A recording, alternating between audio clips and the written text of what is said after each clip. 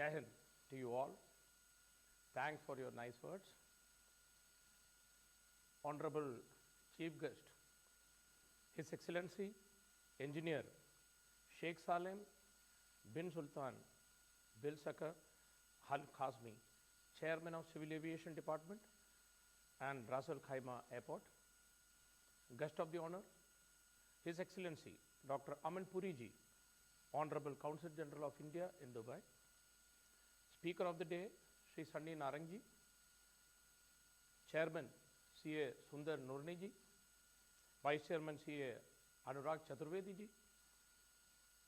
Secretary CA Harikishan Rankawat ji. Treasurer CA Manoj Agarwal ji.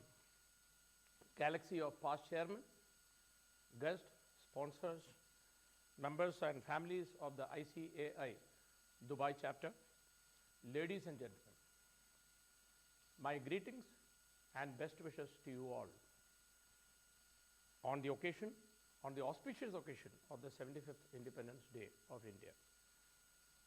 For me, we all call India as Mother India.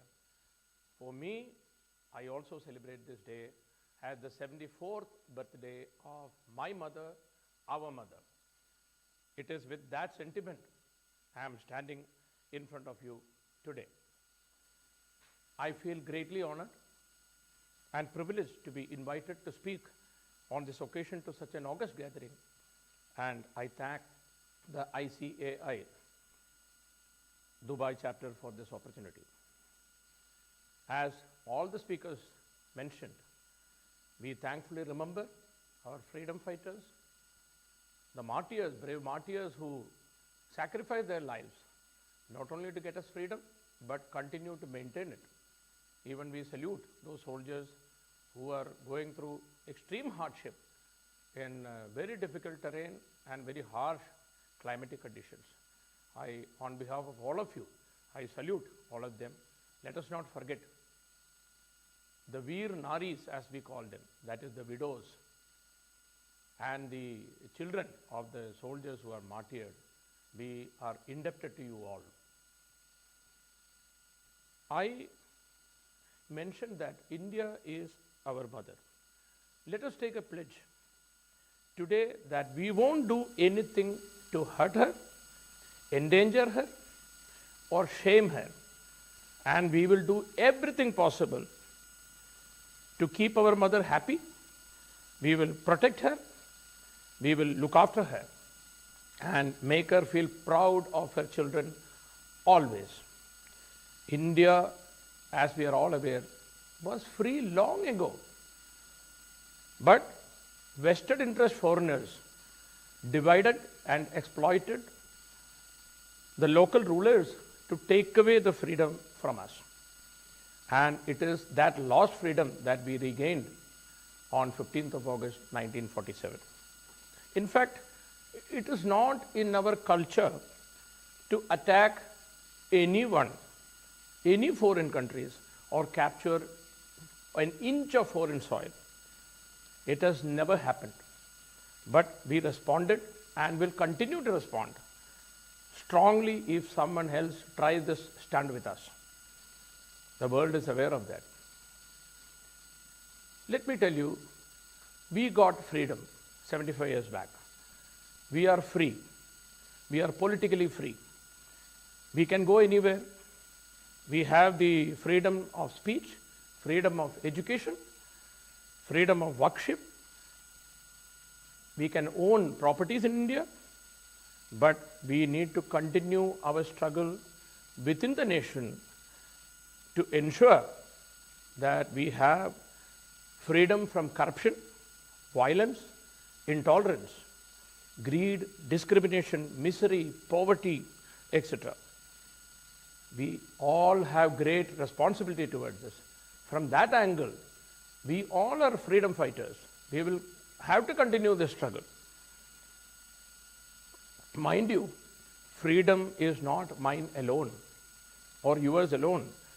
Other fellow citizens also have equal freedom. We have no right to obstruct their freedom. That's where your tolerance comes into play. As chartered accountants, you create money for us to fight. You all mean a lot to us.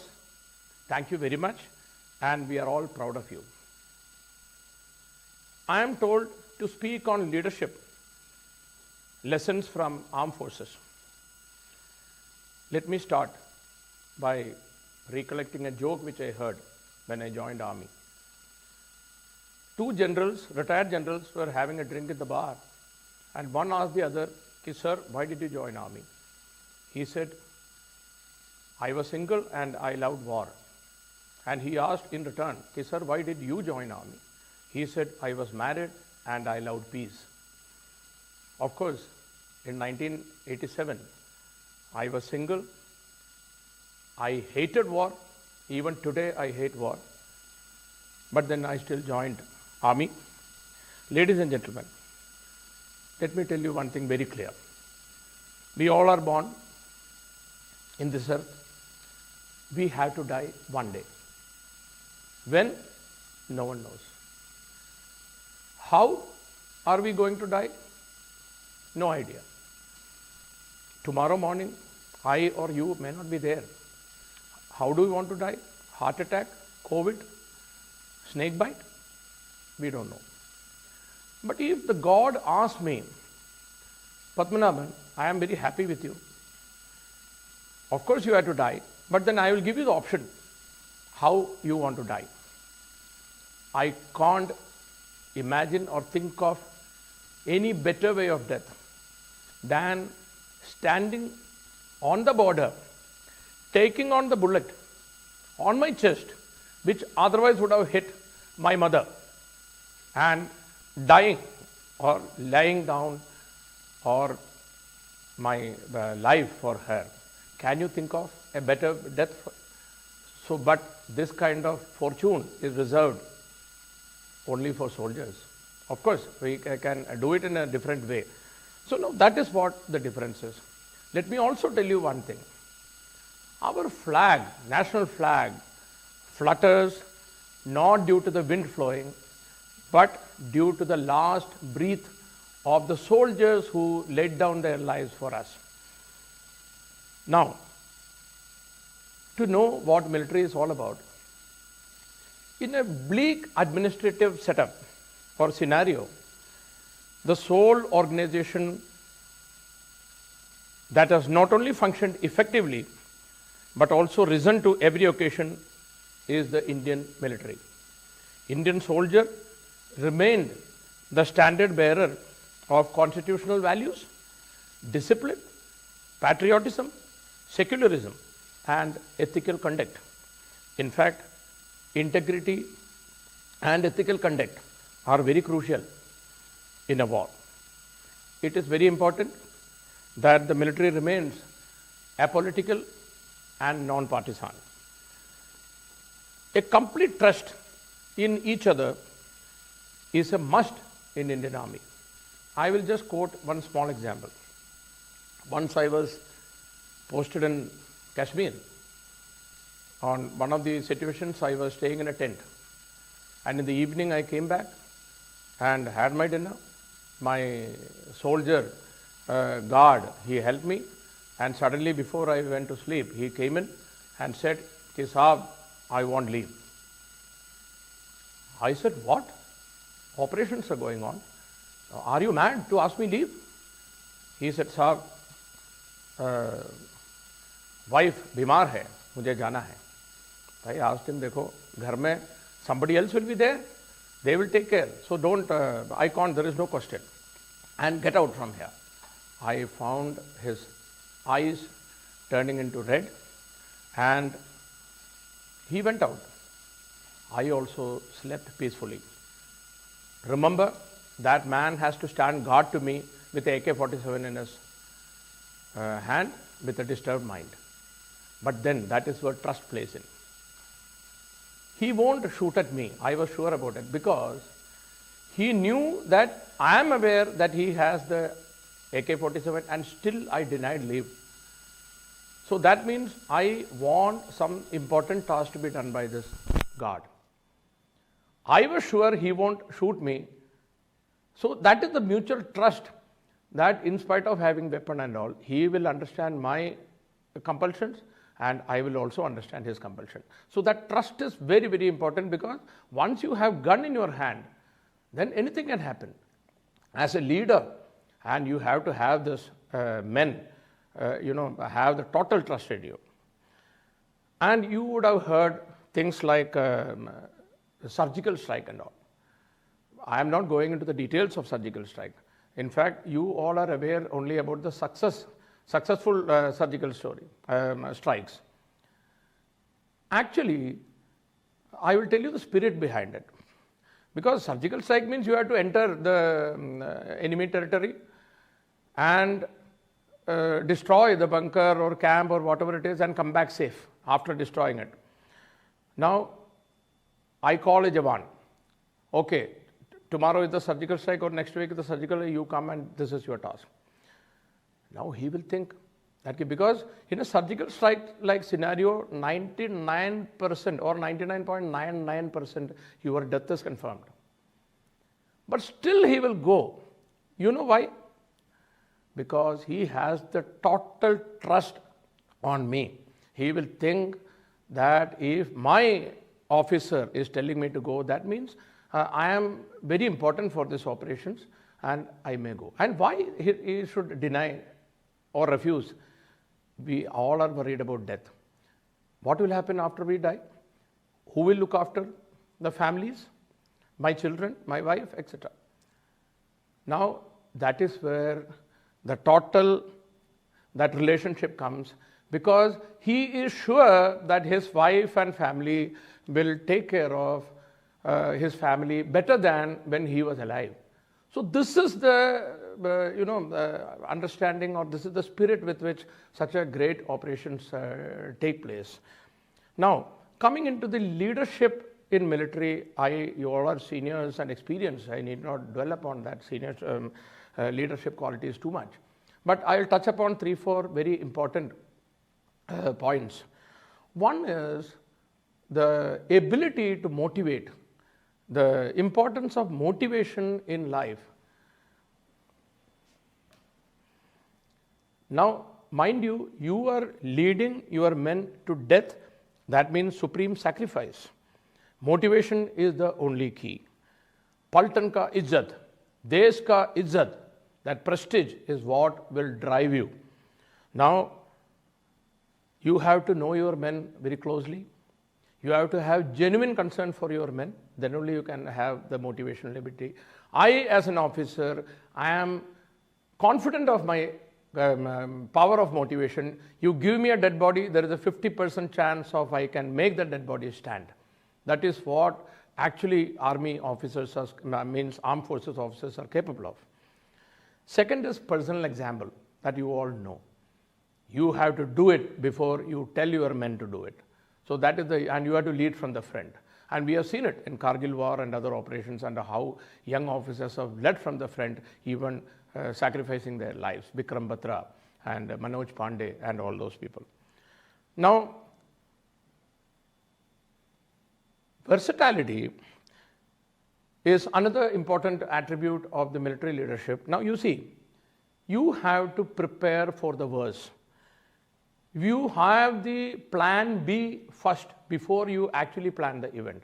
Now, in the Indian Military Academy, when we were, you start learning about the warfare, we have to brief our men.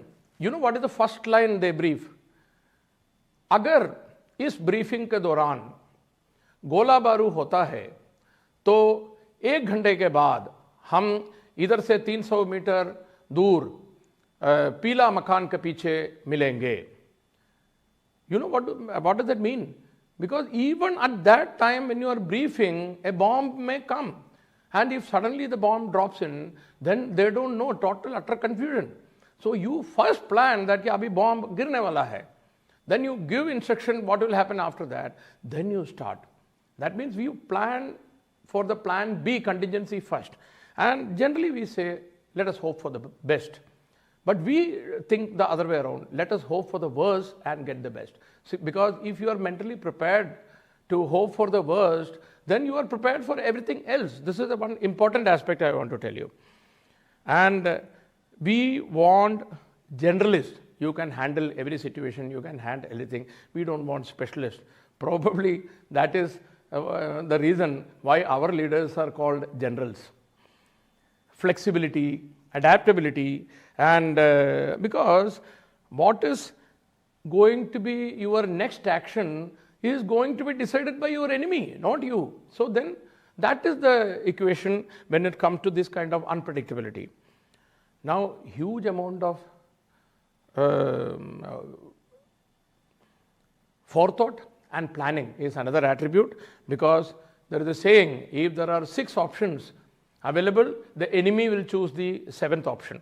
So surprise is the key in any military operations. Risk is very huge. We deal with the lives of our men. We deal with the national security. So when you have a military leader intact or good military leader, then he must be aware of the risk he is taking. Crisis management. Now, military leaders are trained and highly effective under extreme stress and strain, be it mental or physical. There is a concept of 2 up and 2 down. Now, when I say this, an officer or a commander must know the aims of the 2 commanders up his chain and 2 commanders down the chain. You know why? In the war scenario, your commander may get killed and you may have to assume charge. You may get killed. Your own second in command has to assume charge. So it is important that all are in the same frequency. Teamwork. It's very important that there is no need to dwell upon that. Either the entire team wins or the entire team loses. There is no question of, nobody thinks about themselves actually. We move as a team, work as a team, die as a team, come back as a team, whatever. That is the teamwork. And lastly, a word about the military decision making. You know, at that extreme hardship under a war scenario, you need sound decisions, as there is no runner-up in a war. There is no silver trophy there. A sense of urgency is always there because time is at premium. Uncertainty, ambiguity, fast changing situations, these all affect your decision making. All military tend to take decisions based on fear of failure and not hope of success, because success may or may not get rewarded, but failure surely will get punished. Leaders are supposed to produce leaders better than them. In the Indian Military Academy, when we pass out, that is the day we become officers, we have to pass through a very, very historical famous hall called Chetwood Hall. That Chetwood Hall will have or has the Chetwood motto written there. And Chetwood was a Field Marshal, Philip Chetwood of British Army. It reads like this: the safety, honor and welfare of your country comes first, always and every time. The honor, welfare and comfort of your men comes second, always and every time. And your own ease, comfort and safety comes last, always and every time. We sincerely follow this from the day 1 of becoming officers. Otherwise, you can't be a military leader at all. There is very interesting thing I want to tell you. We may have enemy countries and all, but between soldiers, there is no enmity. See, after all, I am fighting for my country, he is fighting for his country. I am prepared to die for my mother, he is prepared to die for his mother.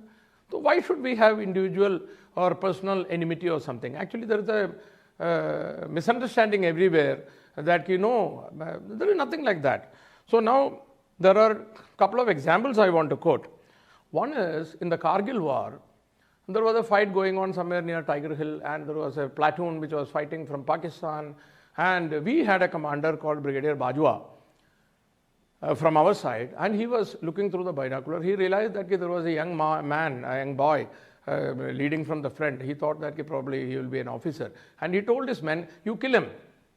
And then it was difficult battle and all. Ultimately, that fellow was shot down by us, and then that portion was captured by us.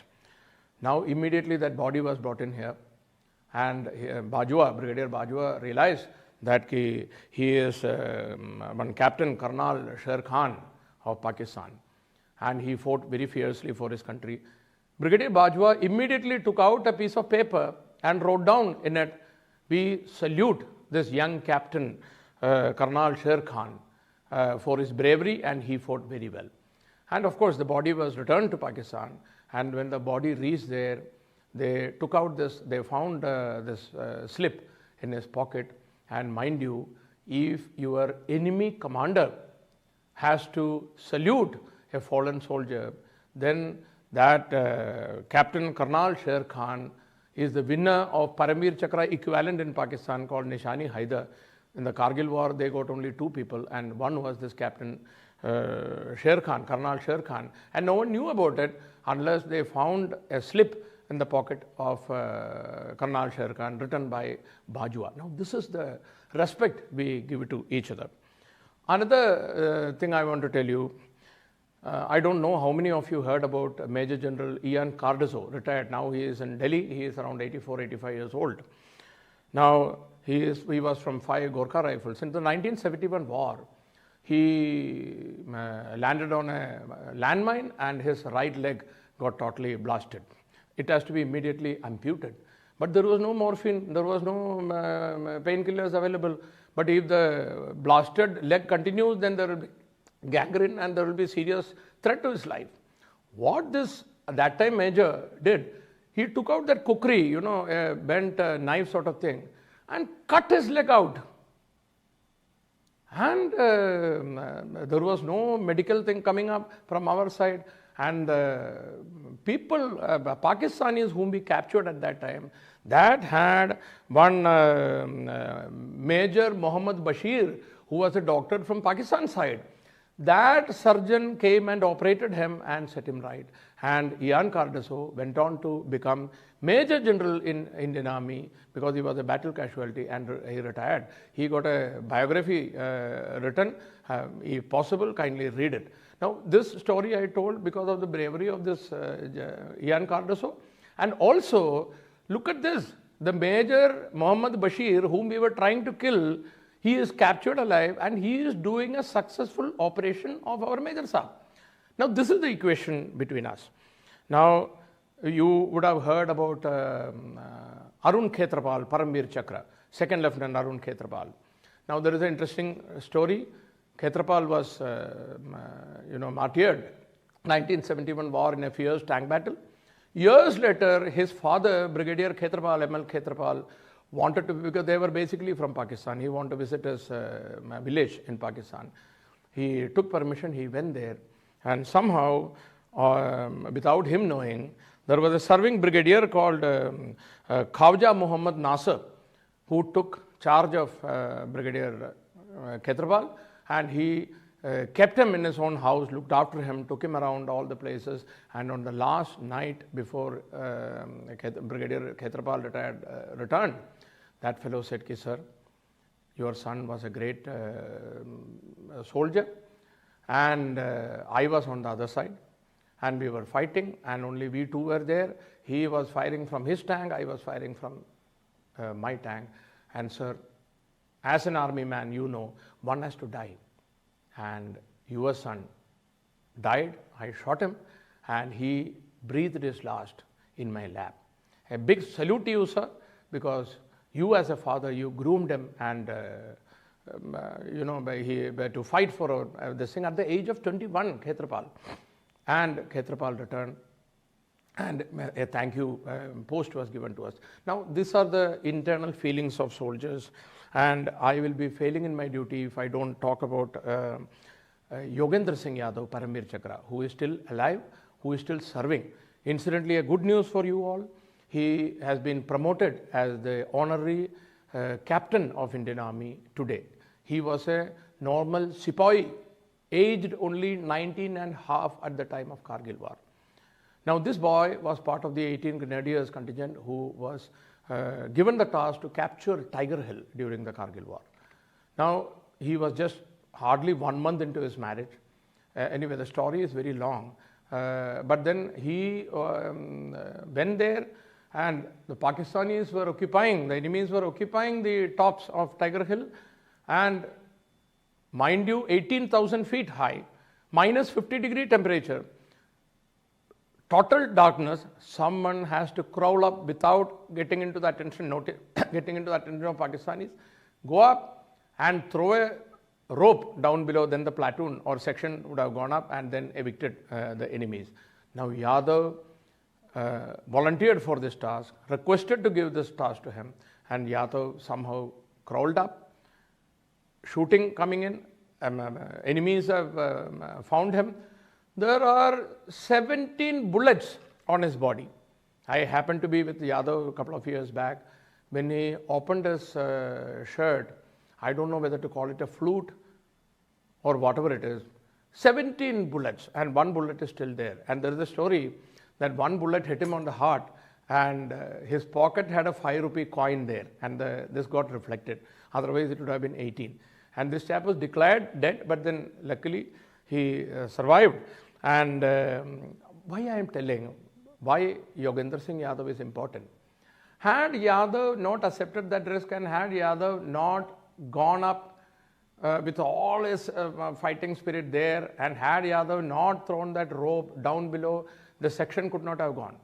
If the section could not have gone, the enemies could not have been evicted from Tiger Hills. If that is the case, then Tiger Hill we could not have captured. And if Tiger Hill was not captured, we could not have won Kargil war. And if Kargil war was not won by us, you can imagine India would not have been what you and me are seeing today. Now see, is there any importance for Yogendra Singh Yadav? Yesterday I was speaking to the children of the ICAA members. I was asking them, why there is not a photograph of Yogendra Singh Yadav in your house or in your puja room? Because see the effect. He got award as Paramveer Chakra and all those things are there. But had Yadav not taken that responsibility, we would have lost the Kargil war. I say many people, I am not saying Yadav alone. So these are the importance of all these people. Now, a word about, when I say about military leadership, I can't skip our great Field Marshal Sam Manekshaw. Now in the 1971 war, you know, the largest or second largest surrender in the history of war, history of the world, 93 to 95,000 Pakistanis surrendered in front of us, laid down their arms, and there was a huge, prisoner of war camp set up in Calcutta. As chief of Indian Army, Sam Manekshaw used to visit this camp every day for tasting their food, for inspecting their toilets, speaking to them, giving them all the facility. And the head of the Pakistani prisoners of war, he was some Subedar Major ranked officer. He came and told Sam, sir, there is no wonder India has won this, because if they have leaders like you who are concerned for even enemy, then if we had a leader like you, we would have won. So this is all a different level of leadership altogether. We have, you may ask, who is the most decorated soldier ever in Indian Army? There was an officer from 16 Maratha Light Infantry, late Neelakandan Jayachandran Nair. He got martyred in 1993 in Nagaland, and he was awarded Ashok Chakra in 93, and prior to that in 1983 in Mizoram, he was awarded Kirti Chakra. It's because most of the people get Ashok Chakra posthumous. There is no question of getting second one. He was the only one who has been awarded this kind of highest medals twice. Now this is what about that. Now there are a couple of more attributes I want to tell before I finish my talk. One is the secularism part of it. That is, we have a army or Indian Armed Forces is the perfect example of secular attitude. We don't have a concept of temple, masjid and all. We have a concept of Sarva Dharma Sthal. There is a building which will have 4 or 5 rooms. One will have Hindu deities, one will have Christian arrangement, one will have masjid, one will have Gurudwara, and one will have a plain room where you can go and pray. Now, when you enter, you don't go to Hindu temple and come back. You go and take a round of everything and come out. Now, there is one example. When I was in Srinagar, there was one of my birthdays. I went there to pray offer my prayers to the Lord. I went to the Hindu temple. Unfortunately, the priest was not there. He would have probably gone to the toilet or went to get a cup of tea. But suddenly, the chap who was in the church, Christian church, wearing his all dresses and all, he came in and chanted something, took out Karpur and did the, Deeparadhana, and came to me, offered me prasad. I gave him 50 rupees. He put his hands on my head. Again he was chanting. I don't know whether he was quoting from Bible or Bhagavad Gita or something. But let me tell you, absolutely nothing wrong with me because he did it. That priest is also all right.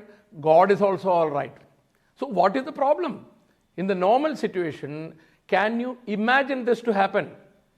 There will be turmoil total. Now this concept, secularism, must spread like COVID.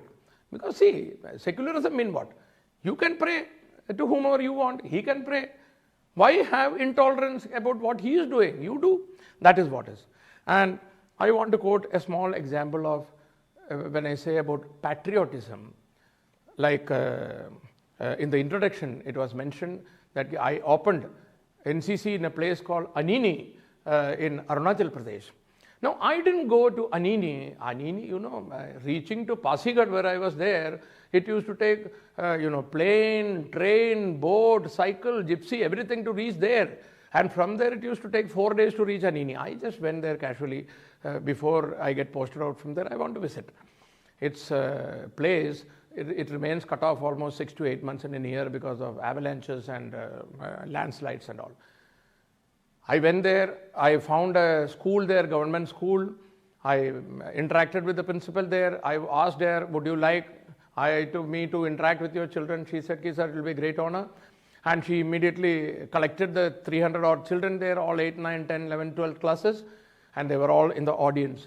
And I addressed them. In the end, I asked them, do you want NCC? They all said yes. I'm sure they don't know what is NCC. I asked them, what is NCC? They said, sir, khaki dress and wearing a red hackle here and all those things.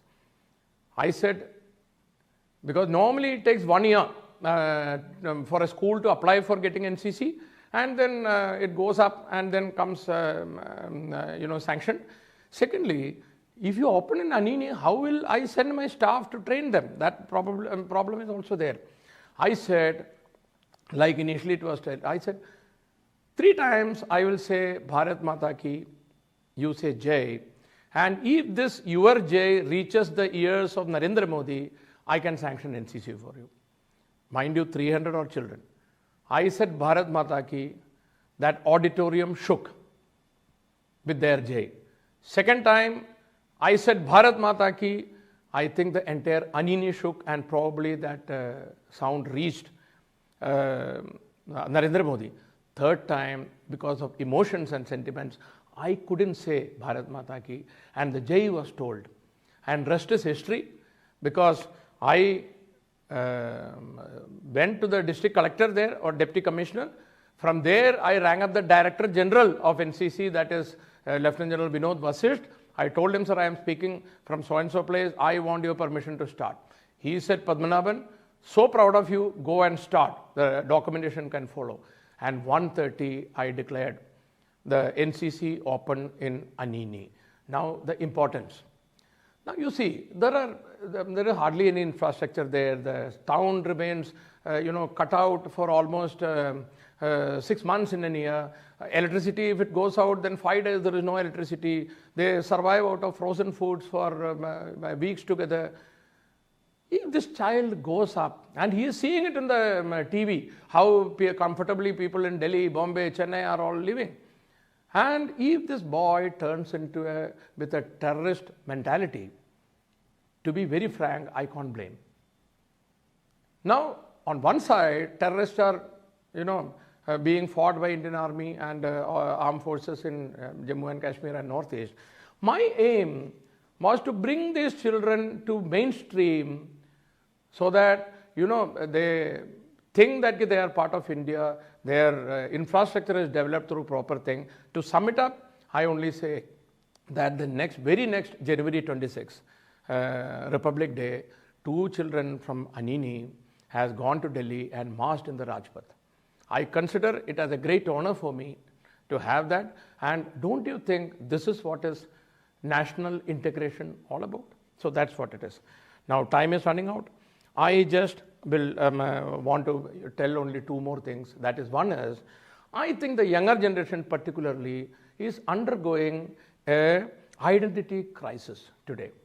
Now, as far as I am, this is my personal views. You have to be a human being first. Forget about good human being. You have to be a human being first. If you pass in the test, because you see the paper news and all, do you think the news coming, all those things can be done by human beings? If you are a human being, then your second identity has to be Indian. If this, we have a song in NCC called Hum Sab Bharatiya Hai. If you pass that test also, then the third identity, you are an army officer, you are a chartered accountant, you are from Kerala, you are from so and so, all those identity are third. Let me tell you, if you have only the third identity without these 2 first, it is of no use. In fact, as I always say, education without direction will produce terrorists. They don't know where to go. But whereas, if you don't have a third identity, you are jobless or whatever you are, if your first 2 identities, that is as a human being and as an Indian, if it is intact, then you will continue to serve the nation and you will continue to serve the society around you. Now, as children especially, or as youth, you will have to think, आजकल तो selfie का ज़माना चल रहा है. Now you have to think beyond you, beyond your immediate family, and look toward the society who are not as privileged as you. Now then only you can be called, you can have the right to be called the citizens of India. If you think about yourself, you get a good salary job, you eat well, you feed your wife and children, you feed your parents, that even I think animals will do it. Our human beings, as we are socially. So I say you have to be useful to the society. My call on this is that you may not be useful to the society, but at least don't be of nuisance to the society. Now, that itself is a contribution from our side. Now, there is only one kind of discipline. Army is known for discipline. With that, I am telling you, with that experience I am telling you, there is only one kind of discipline.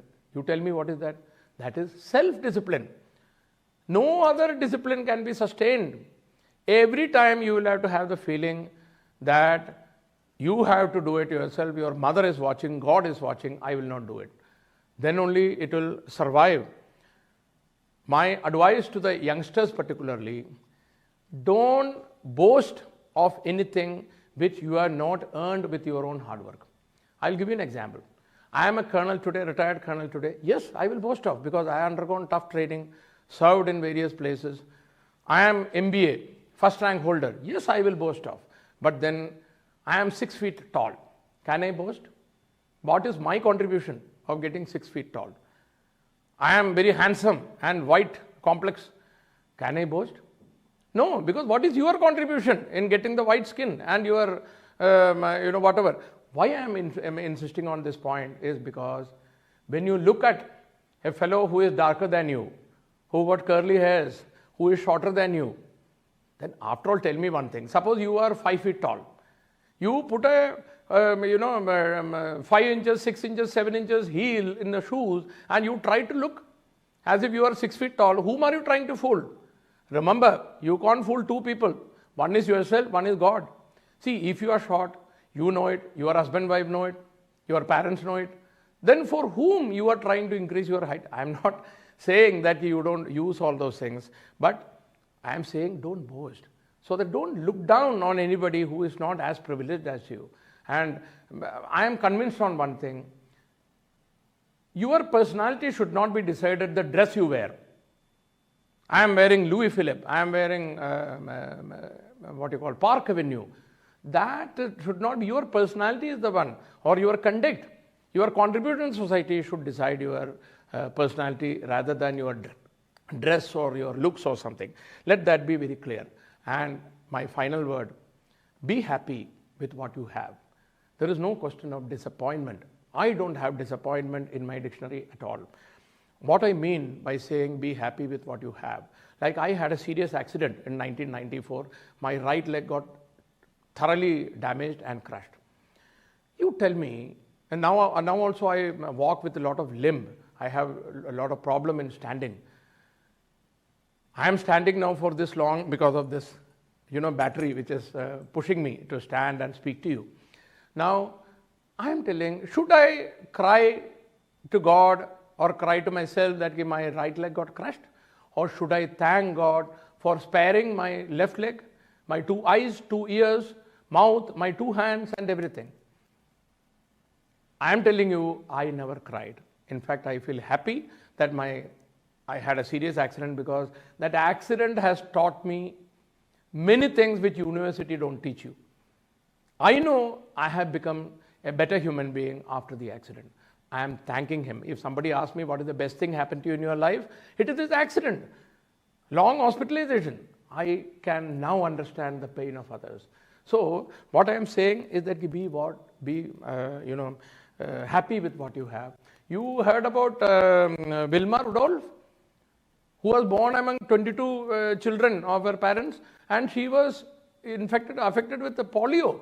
She couldn't even walk till 12 years, 13 years or something. She was walking only with braces. And she went on to become the sprint queen in 1956 and 60 Rome Olympics. She got 3 sprint gold medals in those days. What are we talking about? You heard about S.R. Krishnamurti, who is a singer, who was born without all the 4 limbs.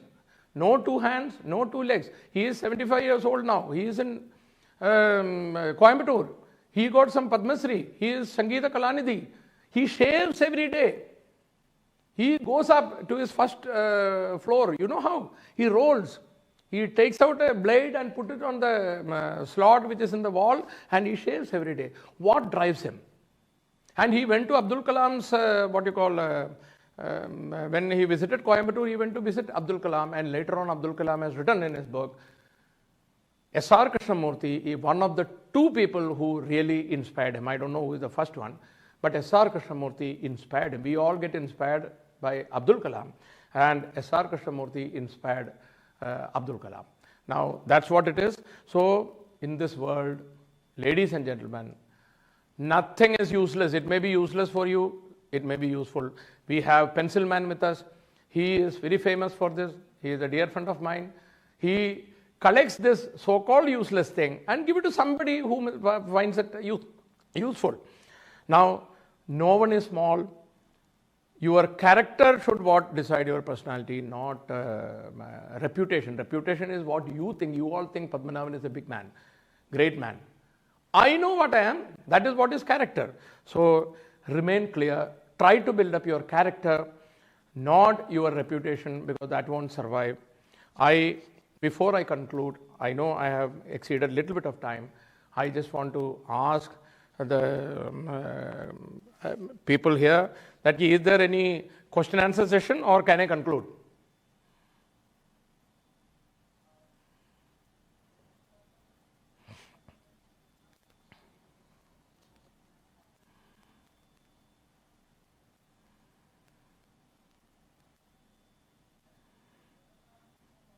Thanks. Already. Okay, I conclude by complimenting